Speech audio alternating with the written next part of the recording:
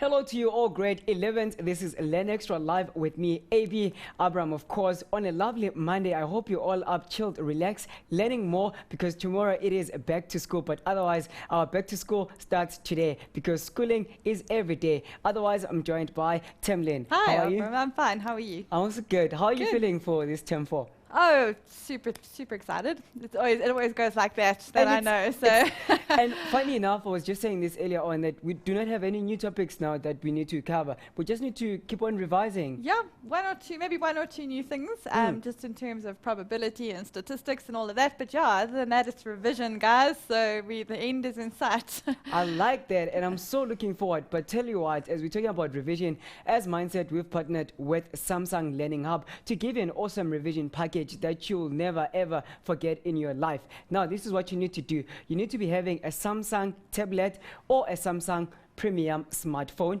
And if you have those, one, you need to log on to your Learning Hub using your tablet, Samsung tablet, or if you are using your premium smartphone, go to the Samsung Hub and then select Learning. Thereafter, you'll browse through and view the content because you'll be selecting Mindset Learn products. Now, after that, you can buy the products. How nice is that, Tamlin? That's You can awesome. actually buy it. Very cool. And when you're buying, you'll need to register, of course, using your email address, and then it will launch to you this notice that you see with great news that I'm about to tell you. We have a free 100 Rand voucher just for you, Mindsetter, who'll be registering from today onwards. So that's a good news. So let's get this straight. They can win a tablet. No, they can No? get a voucher. A voucher, worth oh, 100 right, Rand okay, got to it. buy anything they want. That's really cool. So they can go onto the voucher and they can download anything that they want to in terms of revision. Exactly. Wow. But it doesn't end there. As you can see, you can only use the voucher once. Okay. So when you're making an order, you need to buy material that is worth 100 Rand. So Make to sure you use it use or that lose 100 it. Rand. Squash it all. Don't use 20 Rand because you'll be losing 80 For Rand. sure. Okay. But now I just want to take you through to how the hub looks like. Okay. If you don't mind, please go to the next page. Let's see. Right.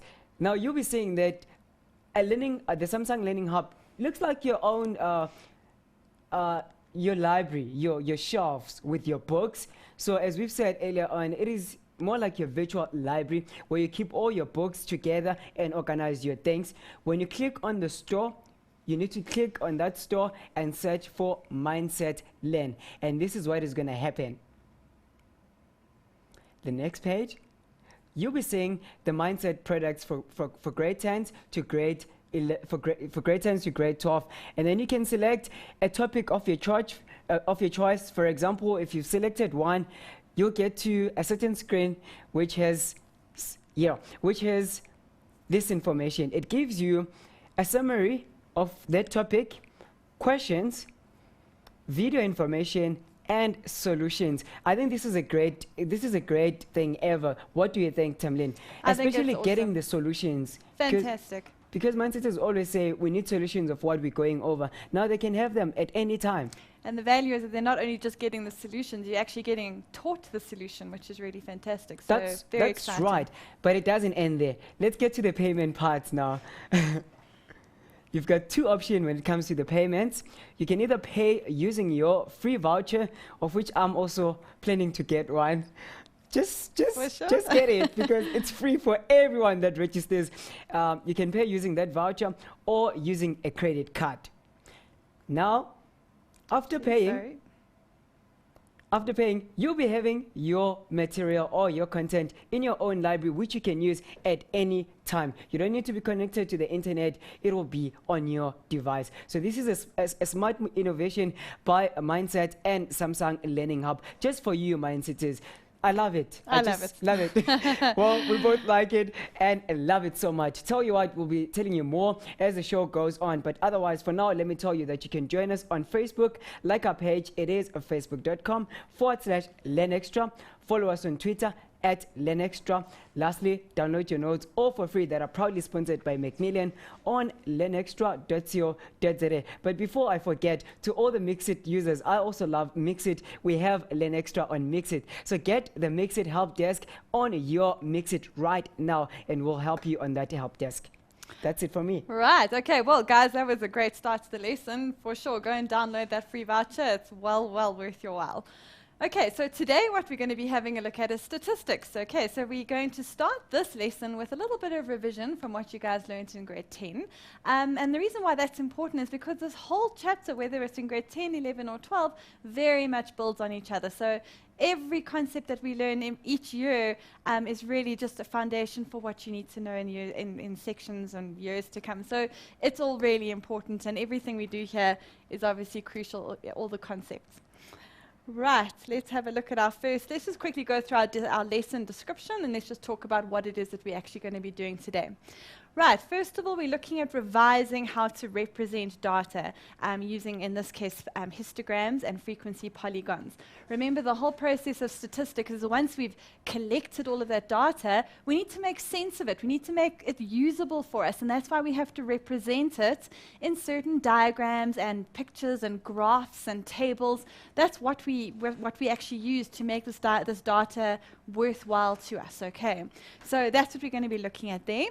We're going to be analyzing the data. So once we've collected the data, once we've put it into a diagram, we actually want to know something about it, okay? And so that's what we do. We analyze it. We decide things like, what are the averages? What's the most common number? The middle number. I'm sure you guys will remember the word for those. I'll revise those just now. And one of the ways in which we learn how to do it is by means of a box and whisker diagram. And that's quite a nice way to depict the spread of data and sort of the influence of the mean and the median and what happens with that data. So that's what you're going to be looking at over there. And again, revising your measures of central tendency, your measures of central tendency, your mean, your median. Okay, all the values that we look at around your central point. Okay, those are what we're going to be looking at today. Okay, so a few key concepts. We work with two different types of data. So just to be aware, we have our discrete data, which is essentially our counting data, our counting values, okay? And what we've said over here is that we call those discrete, and it's very much your individual terms, okay? You can't you can't measure the one from the one to the other. They are their own individual values. Then you've got your continuous data. All right, and that's the data that can be measured, and it continues from one value to the next. So heights, temperatures, those are values that are very continuous, and that will continue from the one category to your next category. Okay. Different ways of actually representing that discrete and continuous data. Your histograms is a very good way of actually representing your continuous data. So all of these notes, guys, I'm not going to go through all of that now because you guys are going to be able to download all of that off the website. So I suggest you go on there and just download all of those notes and have a careful read through all the information over here, and just make sure that you understand carefully what it is when you talk about discrete data and what it is when you talk about continuous, and the fact that a histogram would be a way of representing your continuous data. Okay, so I'm going to let you guys have a look at all of that yourselves. All right, going on, let's just have a look. Sorry. Okay, right. Okay, so let's not waste time with all the definitions of values. If I need to define something along the way, I will actually tell you. But again, guys, go back over your grade 10 notes. That is important. Go make sure you understand the definitions of your means and medians and modes, quartiles, interquartile range. I'm sure all of these words are becoming familiar. You remember them all from last year, and we're going to apply them now over here. All right, so let's have a look at our first example, and let's see what we're going to be doing over here. Right, we've got the following just underneath this, I'll show you in a minute, is a histogram which shows the distribution of the total number of points scored by each team participating in the 2010 FIFA World Cup. The finalists, which are Netherlands and Spain, scored 18 points each, and Cameroon and Korea failed to score any points. The number of points scored by the participating countries have been grouped into intervals, and these are the intervals that they've given us. We're going in groups of from 0, which is included, up to 4, which is not included, all the way to 16, the final category of 16 to 20. So here's the histogram. That's the picture that we are looking at. All right. First things first, we've got to have a look here. So they said that the winning teams, which were the last two teams, scored 18 points. So my Netherlands and my other winning team. What was it again? Netherlands and Spain. These are the two over here that fell in that category. That made up 2 of them, okay? Let's see. The first, everybody who scored between 0 and 4 points in the competition, that went all the way up to 11. So 11 teams on my diagram it's depicting scored between 0 and 4 points. Anyone who scored between 4 and 8 points, that on my diagram has gone all the way up to 14. So that's 14 teams scored that many goals. Between 8 and 12, so 8 and 12, 3 teams scored in that category. And it would be 4 teams. Let's just make sure. No, sorry, that's 2 teams. Got to just keep it straight. Okay. 2 teams were over here, and that was 3 teams, and then that's also 2 teams. Okay, so we've had a look at the histogram, we've had a look at the frequency, which is your vertical axis over here, and that's told us the number of teams. Remember, frequency is how often something occurs, so how often did a team score in those categories as it's been stated for us over there. Okay, so now that we've done that, the first question is how many teams were playing? Okay, well, that's a case then of taking each one of our bars in our histogram and adding them up, all right? The total number of teams that were playing in our tournament were, we had 11 from the first, we had 14 from the second category, 2 teams from the third category, 3, and then another 2. Okay, and if we add that up, let's quickly do it over here so we don't make any silly errors. Okay, so we had 11, we had 11, we had 14, we had 2, 3, and another 2. So we had a total of 32 teams playing in our FIFA World Cup. Okay, so a total of 32. From there, they want to know from us how many teams scored fewer than 8 points in total. All right, so looking at my histogram, how am I going to decide how many teams scored fewer than 8 points? Well, let's see over here. This point over here, up to that point over there is the total of having scored 8 points in the competition. So everything less than that would have to depict a team scoring less than 8 goals. So therefore, so do you guys agree that these 2 bars over here would represent the number of teams that scored less than 8 goals in the competition, all right? So therefore, obviously 11 and 14, that's going to give us a total of 25 teams who scored less than 8 goals in the competition. Okay, right, let's see then. How many teams scored a total of 12 or more, but less than 20? Okay, 12 or more, well that means I'm going to have to look from here, and less than 20 means I have to go up to there. So between these 2 points on my bar, on my histogram, is going to represent how many teams scored between more than 12, but less than 20. And obviously in that case, there were only 3 in my category from 12 to 16, and only 2 in my category from 16 to 20, so obviously it's a total of 5 teams over there. All right, so from our histogram, we've managed to interpret certain information from the information that we had. We were able to work out how many teams were in total, how many of them scored less than a certain number of goals, how many scored more. Okay, let's see what else we're going to be able to work out. All right, it now says, in which class interval does the median of the data set lie? All right, let's quickly for a second revise what exactly the median is. All right, remember your median is the middle value, the number that is bang in the middle of your data set, as long as your data set is in numerical order. So your numbers have to be from smallest to biggest, they have to be arranged, and then you're finding your middle value, okay? Now, the problem with grouped data is that it's not always, we don't have specific values. We're not always sure exactly what the middle value is. So we have to estimate it, okay? Now, the question said, in which class interval does the median of the data set lie?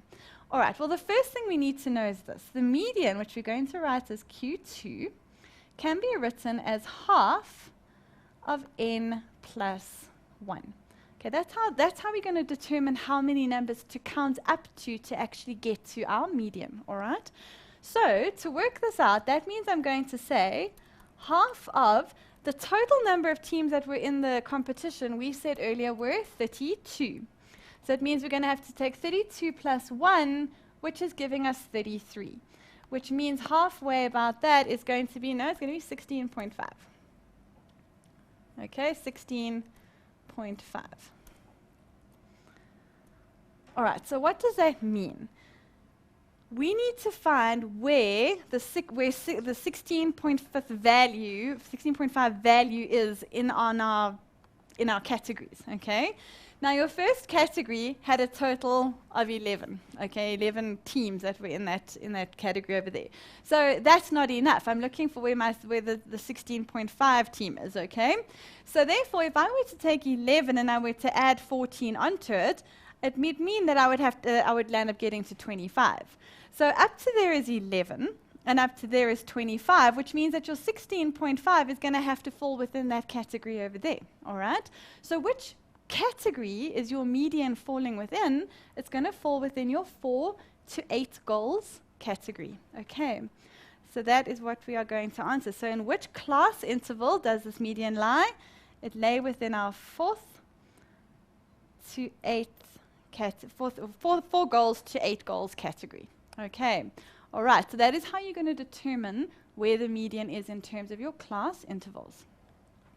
All right, and then it says calculate an approximate mean for this set of data.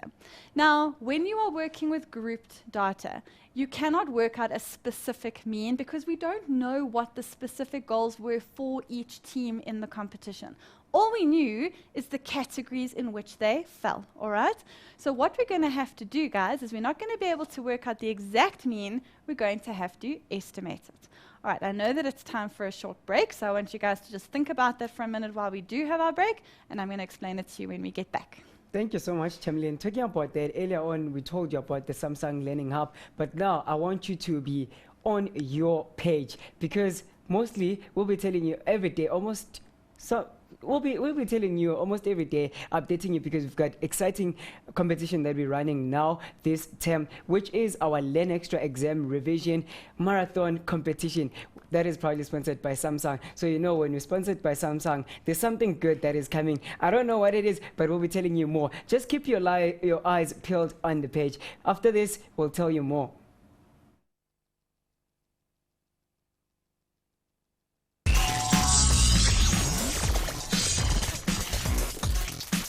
Welcome back, Mindsetters. Now, if you are using your Samsung tablet or your Samsung Premium smartphone, let us know, have you redeemed your free voucher, your 100 Rand voucher? Let me know on the page and how's the experience like. But otherwise, I've been calling you pre-matriculants. I think it's time for an upgrade and promotion. What do you think, Tamlin?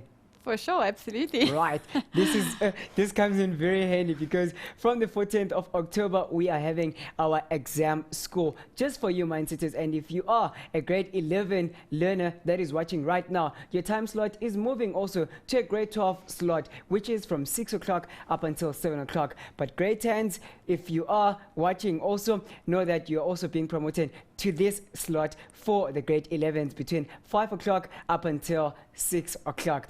If you are a grade 12 that is watching, your time slot is from 3:30 up until 5 o'clock. Those are great news from the 14th of October.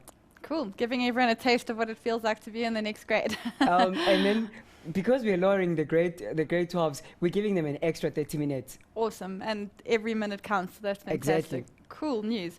Okay, right, so before we finished off before the break, what I was discussing was we had to find an estimate mean, okay? Just be aware again that because we're working with grouped data, we don't have the specific values within the categories. We just have, all we know is how many values are within a category. So therefore, we have to find an estimate mean. We're not going to be able to find that exact mean. So how do we do it, okay? What we are going to do is you need to find the midpoint of each category or each of your intervals, okay? And once you've done that, what you're going to do is multiply each of your midpoints by the frequency, all right? Once we have done that, we're going to add all of those midpoint times frequencies together, and we divide it by the total number of teams that were in the World Cup, just like I would do normally if I was finding the mean or the average. So for each category, in this case, my midpoint is going to be 2. My midpoint is going to be 2, and I'm going to multiply that by 11. My midpoint is going to be 6. Let's change my color. That's going to be 6. And again, we're going to multiply it by the frequency of 14, and so on. That's what we're going to do for each one of our categories. So therefore, we will end up with a sum that looks like that, okay? Quite a long sum. And you can do it manually. You can work through each one of these values and add it together and divide by 32, which is perfectly fine. However, there is quite a nice way to do it on your calculator, so I do want to just show you that as well, okay? So if you've got your calculators, grab them out. And I want you to have the opening screen as it is, like so, okay? Now, one thing we do need to activate on the computer is the table where you have both your x values and your frequency column, okay? Now, in order to do that, you need to start by saying shift and mode, all right? And you need to scroll down until you can see the value of number 3, which is your stats option. So we're going to type in 3, and it says frequency on or off, okay? Now over here, you want your frequency on. So we're going to press 1 for on, all right? When I then go to my mode and my table, no, sorry, not your table, to stat, and number 1 for variance, you can see now that we've got a table which has got an X column, which is obviously going to be all of our midpoint values, and then your frequency column, which is obviously how much each one of them had. Okay, so let's type in our X values first. So our midpoint for the first one was 2, the midpoint for the next one was 6, the midpoint for the next one was 10. Let's just move it over. The next one was 14, then it was 18. Okay, right, let's go back to the frequency of each one of them. Frequency for the first one was 11. Then the frequency was 14. Okay, so that one doesn't look like it typed in properly. 11, 14, okay. 14, all right. The next one was 10 and 2. I've got 14 and 3, and I've got 18 and 2. All right. Now what we do is we press AC, Shift 1. All right. And that's going to bring up your options over here, of which you're always interested in your number 4. Okay, you're interested in option number 4. And then number 2, can you see the little X bar, which is your symbol for your mean? That's number 2. So you're going to press 2 and equals. Okay, so it's just a nifty way to use your calculator instead of actually manually working it out all the values to actually work out your estimated mean. So in this case, 6.375 is the estimate mean. And what we're going to do is we're going to say X bar. We do a squiggly equal sign to show that it's an estimated equal sign. And it was 6. And now I don't remember, 6.375, I think we said. 375, yes.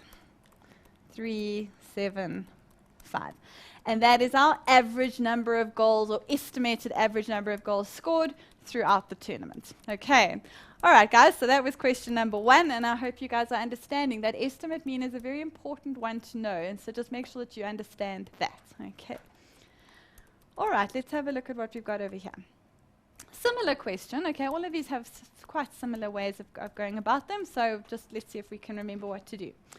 So the frequency distribution of the marks as a percentage of 60 learners is shown. Okay, so we've got marks from 0 to 20. I've got marks from 20, but not including, okay, these haven't actually come out, but I'll write it in here. So that's supposed to be 40. That's meant to be 60 and 80. But what I'd like to point out to you is that this over here is a less than or equal sign. This over here is just a less than sign. So the first category is including 0 and going all the way up to, but not including 20, okay? The following category is picking up 20 and going all the way to, but not including 40. So the actual value of 40 won't be included in my second category. However, if I've got 39.9%, that would still be included in your second category, okay? All right, so just watch out for your less than and equal to, as opposed to just less than, but not equal to. Okay, so they want us to draw a histogram and a frequency polygon to illustrate the following data. Okay, so we are going to have to now set up our histogram. So we're going to have our vertical and our horizontal axes. And I'm not going to do it here just because of lack of space, but what you always, just to make sure you do, is always label your diagram. So you'll state at the top there, histogram representing percentage of learners' marks. Okay. The bottom axis over here is going to be your your marks, all right? So that's going to be the marks. Okay. And obviously over here is your frequency, your vertical axis. Okay. Right, first category was from 0 to 20. So we have our 0, which was less than or equal to x, which is less than 20. Then we had our next category where 20 was less than x, which is less than or equal to, that one was less than or equal to, that one's just 40, and so on. So 40 is less than or equal to x, which is less than, the next category was 42, 60. Okay, then we had 60, which is including 60 and up to 80, and the last category, I'm going to extend that line a little bit, is going to have to be from 80 to 100. Okay, and our frequency, that's this column over here that we're looking at. The highest frequency went up to 20, so probably go up in 2s for this. I think it was probably going to be your best bet. So we're going to go up in 2, 4, 6, 8, 10, 12, and I'm going to run out of space again. Okay, so let me just quickly make it a bit smaller. Okay. All right, I hope you guys are doing this with me as we're sketching it. It's always worth knowing how to do it. Okay, so let's make it a bit smaller. So I'm going to have to say 2, 4, 6, 8, 10, 12, 14, 16, 18, 20. Okay. All right. So that would be more or less what it needs to look like. And now we're going to draw our bars in our histogram. Okay. So the first one, marks from 0 to 20. Well, there was a frequency of 5 learners who achieved that mark over there. So we're going to now take our graph, and we are going to now draw 5. So we're going to have to measure it from there down to there. Okay. The next category had a frequency of 8. So we're going to now continue and measure 8. All right, there we go. The next one we had a frequency of 15. So we're going to continue up to 15, across and down. And you can see that your frequency with your histogram, all your bars are all touching each other. It's your bar graphs that are separated. And that's when you're using discrete data as opposed to your continuous. Okay. 20 is the next one. So let's go up to 20. It's a little bit higher and down. And finally, 12 was my final category. So mine's a little bit estimated, guys, but obviously you can use a ruler and make yours a bit more accurate. Okay. All right, but that's what your histogram should look like. Okay, so that's fine. But now they've asked me to draw a frequency polygon. Okay, so for those of you who are unsure what a frequency polygon is, maybe the best thing to do is let's talk about a polygon. What is actually a polygon all about? Remember, when we work with polygons, there's a few characteristics that are special to a polygon. One of which is that all the lines have to be straight. They're not allowed to be any open spaces, so all the lines have to join together. And it has to be flat. It has to be two-dimensional. So those would be characteristics of a polygon. So a frequency polygon is going to be a shape fitting all of those categories that measures the frequency of my diagram. Okay? And the way we're going to draw it is like so. We have to, first of all, we have to mark off the halfway mark of each of your bars. Okay, so at the halfway mark of each of our bars, we're going to put a marker.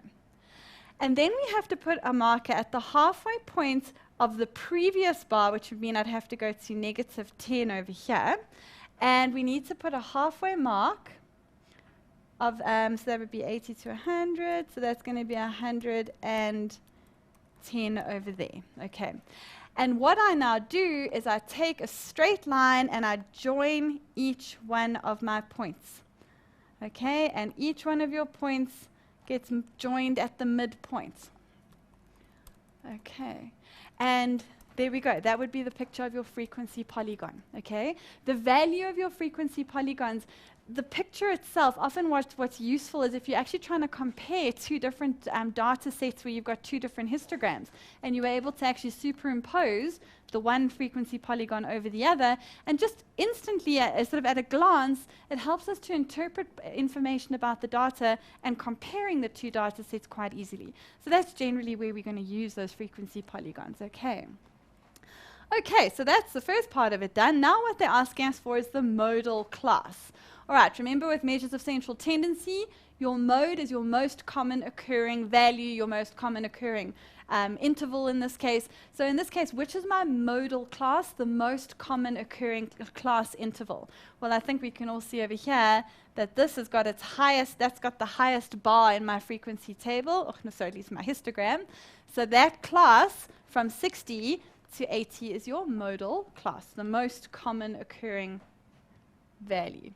So we have 60, which was less than or equal to x, which was less than 80, which is your modal class over there. Okay. Then it asks us for an estimate of the mode. Okay, now remember again, guys, in this class from 60 to 80, I know that the most common occurring values are in that value over there, but I don't know exactly what they are. I just know that they all fall within the category of 60 to 80. So if I'm looking for an estimate mode, I'm going to have to once again go towards the central point and look towards the halfway mark from 60 to 80, okay? I'm going from 60 to 80, and the halfway mark between the two of those would have to then move towards 70. Okay, so the modal class, it's not exact, it's not exactly 70, but we're estimating it, so that's what we're going to have to say. All right, so modal class is going to be equal to 70. All right. How many learners scored marks of 60 or more, 60% or more? Well, let's see. Let's take our line and let's mark off where 60% is. Okay, 60 is going to have to be over there. All right, so anyone on this side of my yellow line is scoring less than 60%, so therefore anyone on that side is going to be scoring more than 60%. So this bar went all the way up to 20, and this bar, let's just remind, it went up to 12. Okay, so that one was 12 over there. So how many learners scored higher than 60%? We're going to have to say 32 of our learners scored higher than 60%. Okay. Right, so 32 learners. All right, guys. And finally, in which interval does the median lie? Okay, now this is the same question as what we had in the previous example, where we have to work out where, we don't know exactly what the median is, but we can work out more or less where it falls on your diagram. So remember, to start with your median, what you need to start off with is to say this. We need to say our median, which we always write as Q2, is equal to a half of n plus 1, okay? Total number of learners, remember that we were told right in the beginning that we had 60 learners, okay? So to work out our median, I'm going to say a half of 60 plus 1, which is obviously 61, and that will simplify to 30.5. So I'm looking for my 30.5 value, 30.5 value in the range of numbers. So let's go back and see. How many numbers were in my first interval? My first interval, oopsie, my first interval had 5 learners in it. Okay, so it's jumping around here. So the first interval had 5 learners. Well, I'm looking for 35.5, so that's definitely not enough. That's only taking us up to 5. The next had a jump, the next had the number of the frequency of 8. Okay, so 5 and 8, that's not going to, that's 13, so that's not going to be enough. Plus 15, okay, so then 15 over here. Well, let's see over here. Let's add up what we've got. Oh, sorry, guys, that's jumping all over the place. Okay, let's add that up and see what we've got here. Okay, let's move it onto this side. So if I have 5, I've got 8, and I've got 15. That gets us to 28. So do you guys agree that up to this point over here, your median is still not within those first 3 categories? However, if I were to add another 20 to that, we would get to 48. So okay, so that would mean that my median is going to have to be in that class interval over there, which is also your 60 to 80 class interval. All right. So there we go. That's the class interval in which your median will lie. I'm going to move on to the next slide. Okay. All right. Okay, this side over here is just very quickly Probably a good sign that we need to take a so break. it's a break. It's going all over the show. I think Okay, so. I'll have a look That's at a it. good sign. Yeah, true. Right. Otherwise, Mindsetters, keep it tuned on the page and give us your comments and make sure that you add our help desk on your Mixit as a general app. You look for Learn Extra and add it there. Otherwise, we are still on Facebook. Stay tuned. See you after this.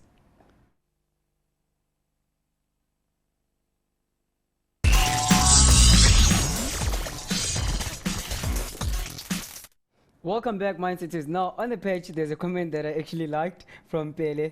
Pele says, thanks to Mindset, you really helped me. I'm planning something special for you. Isn't that sweet? Ooh, that's interesting. And I asked, I'm like, wow, any clues? Please fun. give us some clues, Pele, please. We'd really like to know what's in store for us. Keep us in suspense. Right. And to all the Mindsetters that are in Botswana, we just want to say Happy Independence Day to you guys, such as Warona Mohate, who's watching from Botswana. Happy 47th year Independence Day. Wow, cool. Yes. Fantastic. Go Botswana. Okay, right. Well, I think I've got the board stopping doing its thing, so let's carry on with our next example. Because I over saw here. that there's countries there, so Yeah. I think we should acknowledge the Mindsetters There we in go. different That's countries. it. Okay, right. So let's have a look at another example, guys. This one over here is now going to have a look at your measures of central tendency, and we're going to have a look at your box and whisker diagram. So let's have a look what we've got here. In November 2010, Mackay Ntini announced his retirement from international cricket. So the following table represents the number of wickets taken by Ntini against all the different countries. Okay, so there we go. Right, first thing we want to know is calculate the mean of number of wickets taken. So now, the difference between the examples we were doing before and this is that this would be now your discrete data. Okay, this is not a continuous movement from the one group to the next. The number of wickets that he took per country are what they are. It doesn't continue to the next one, okay? So we've got discrete data over here. So things like, can we now work out an exact mean as opposed to an estimate mean? Yes, we can, all right. So instead of adding up all those numbers on their own, let's rather just use our calculator, let's type it in, and let's do it easily. Now, because remember it's discrete data, we don't need the frequency column anymore on your calculator. So to get rid of that frequency column, we go back to Shift, and we go back to Setup, and we go all the way down, we scroll down to where we find Stat, and we type in 3. And now we want our frequency off. Okay, so we're just taking the one set of values, we're not timesing it by its frequency. Okay. All right, so let's type in our numbers. We're looking for, I want mode, I want 2 for stat, and 1. Okay. Right, the values I've got are 35, I've got 6, I've got 70, I've got 63, 58, 46, and let's move to this side. We've got 41, no, not 44, 41, and 36, and finally 35. We press equals, we press AC, Shift 1, and again we press 4 for variance. There's number 2, there's our average, equals. So 43.3 is going to be the number of wickets taken, the average number of wickets taken. 43.3, and that's the exact mean. There's no estimate there. That's the exact average of those wickets taken. Okay. All right. So you guys see the difference between your discrete data and your continuous data. Okay, now they want us to give the median value for the set of data. Now again, because we have discrete data, we can actually work out the exact median. But in order to do so, we have to arrange the data in ascending order from smallest to biggest. So very quickly, let's rewrite this. Our smallest number over here is definitely going to be 6. I then go on to, I've got a 35. Okay, so we've got a 35. I've got another 35. I have got a 36, I've got a 41, 46, I then have got 58, I've got 63, and I have got 70. Right, so that's in ascending order. How many values do we have? I've got 1, 2, 3, 4, 5, 6, 7, 8, 9 of them, of which if I have 1, 2, 3, 4, and I'm going to put a circle around that, 1, 2, 3, 4. So can you see I've got 4 values to the right and 4 values to the left of this middle one, which is 41. That's your median. That is your exact median. Okay. So your median is 41. Okay. Right, now they're asking us for a 5-number summary. Now remember, in order to do a box and whisker diagram, grade 11s, you need a 5-number summary, which is basically made up of your minimum value, your first quartile, your lower quartile, your median, your upper quartile, and your maximum value. Okay, so let's start. So the minimum value over here, the smallest number that we had in that data set was 6. Q1, our lower quartile. So let's go back to our data. I now need to find the halfway mark of my first half of the data. Now the problem here is I've got an even set of numbers. So I can't find a number in the middle that's going to give me an even amount on either side. So what I have to do is I'm going to have to add the middle 2 together and divide them by 2. So 35 and 35 is 70, divided by 2 is 35. So my Q1 is 35. My Q2, which is your median, we worked out was 41. Your upper quartile, okay, we're going to do the same thing on the other side now. We're going to have to add these two together, 58 and 63 divided by 2. 58 and 63 divided by 2, and we get 60.5. Okay. All right, so that's your Q2, your Q3, 60.5, and your maximum value, which was 70. Okay. So you need that 5-number summary, because now what we're going to do is use that to plot our box and whisker diagram. So your box and whisker diagram is going to start with a number line, a horizontal number line down below. Okay, the values on your number line will obviously have to be in line with your data set. So because my data set ranged from quite a low number all the way up to 70, I've gone up in 10s. You could go up in 5s. You could even go up in 1s and 2s. It just depends on your range of data. Okay, so just have a look at that. Right, we start by putting a dot on your minimum value. So my minimum value was 6. So I'm going to have to start by putting a dot above there. And we put a dot above your maximum value, which is over here. All right? Once you've done that, you're going to put a line above your Q1. Q1 was 35. So 35 is over here. Q2, which is your median, was 41. So 41 is going to have to be like so. And Q3 was 60.5, so it's going to very much be over here. And what we do is put a box around that. So there's your box. Okay. And your whiskers are then the lines joining the minimum and the maximum to your box. Okay. So what does this represent? Okay, first of all, the box represents your interquartile range. If you remember, guys, your interquartile range is your upper quartile minus your lower quartile. Now, an important thing to remember with the box and whisker diagram is that because it's divided into quartiles, remember quartiles into your quarters, every portion of your box and whisker diagram represents 25% of your data. A mistake that you mustn't make is to think that because that portion of your box and whisker diagram is bigger than that portion, it doesn't mean that there's more numbers crammed into that part than into that part. It simply means that the spread of your first 25 values of data is wider than the spread. This 25% of our data was very, very close together. It was between 35 and 41. So there was a very small spread of data over there. Then we look at our upper quartile. So if we look at the other half of your data, there's a much wider spread in that part. Oh, whoopsie. In that part of your interquartile range, but then there isn't much of a spread on your final portion between 60 and 70. So each portion of your box and whisker diagram represents 1/4 or 25% of your data. Okay, so each one actually has exactly the same amount of numbers in it. Okay.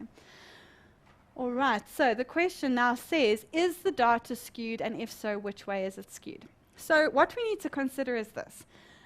This is your halfway mark. That's 50% of your data, okay? We're saying that your median, which is your middle number, is actually is closer to the left than it is to the right. So there's more of a spread on the right-hand side over there, which is going to imply that if we work out the median is going to be slightly higher. The mean is going to be slightly higher than your median, which implies that it's a positively skewed data. Okay? Positively skewed data, your mean is going to be higher than your median. There's more of a spread on the right-hand side of your median. Okay. If there's a greater spread on the left-hand side inside your box, it's going to imply a negative skew. However, if you were to be critical with this box and whisker diagram, you do have quite a wide spread in your first 25% of data, which is going to balance out your mean and your median quite a bit, okay? Now, if we actually look at the numbers, let's go back to the facts here. We had an average, which was 43.3, and I had a median, which was 41. So if we actually look at it, our mean and our median were very close together. There wasn't much in it, but the mean was slightly higher. So there is a positive skew, but they are relatively close together, and that's because it got balanced on the left-hand side with that quite wide range of data in your first 25%. Okay, so that's what you need to look at. If the mean is greater than your median, it's positively skewed. If your mean is going to be less than your median, it's negatively skewed. Okay. All right, guys. Then let's quickly talk about outliers, if we've got a moment or two to talk about an outlier. I'm going to quickly move through my examples just to quickly identify one. All right, we don't have time to go through the whole example, but I do just want to talk to you quickly about what an outlier is. If I work out the average of data, the closer the data is all grouped together, the more predictable your average is going to be as the central point within that data. However, if you have data all bunched together, and then you have one which is way out of that group over there, that outlier is going to quite seriously influence the average of your group. Okay, if you were to take, for example, a class of grade 1 pupils who are all 6 years old, and then you take our teacher who's, let's say, 30 years old, that teacher's age, if you were to work out the average age of the whole class, would bring the whole age of the average of the class up, even though most of the children in the class were actually 6 years old. Okay, so an outlier does influence the outcome of your average in terms of working out and comparing means and averages and so on. So what we need to just consider is if you ever need to work out if a number is an outlier, then what you can basically fall back on is this. You have a lower fence and you have an upper fence. So it's like a boundary that we say, okay, if a number is within the lower fence and the upper fence, then it's not going to be considered an outlier. It's still considered within the realm of data that's going to be reasonable. However, anything beyond the lower and the upper fence is going to be considered an outlier. And then it's up to the person who's doing the study, it's up to their discretion whether they actually include that data or not, okay? So for your lower fence, to work that out, what we would do is we're going to take my lower quartile, so we'll take Q1, and we minus 1.5 multiplied by the interquartile range. Okay, remember your interquartile range is always your Q3 minus your Q1. That gives you the lower fence. That tells you the boundary of your lower outliers. Anything beyond that is an outlier. Your upper fence, if I take Q3, plus 1.5 of your interquartile range, all right? That's going to give you the upper fence, which will tell you anything beyond that value is considered an outlier, all right? So unfortunately, I'm not going to be able to get through the whole example over here, but maybe it's worth you guys going and actually trying this.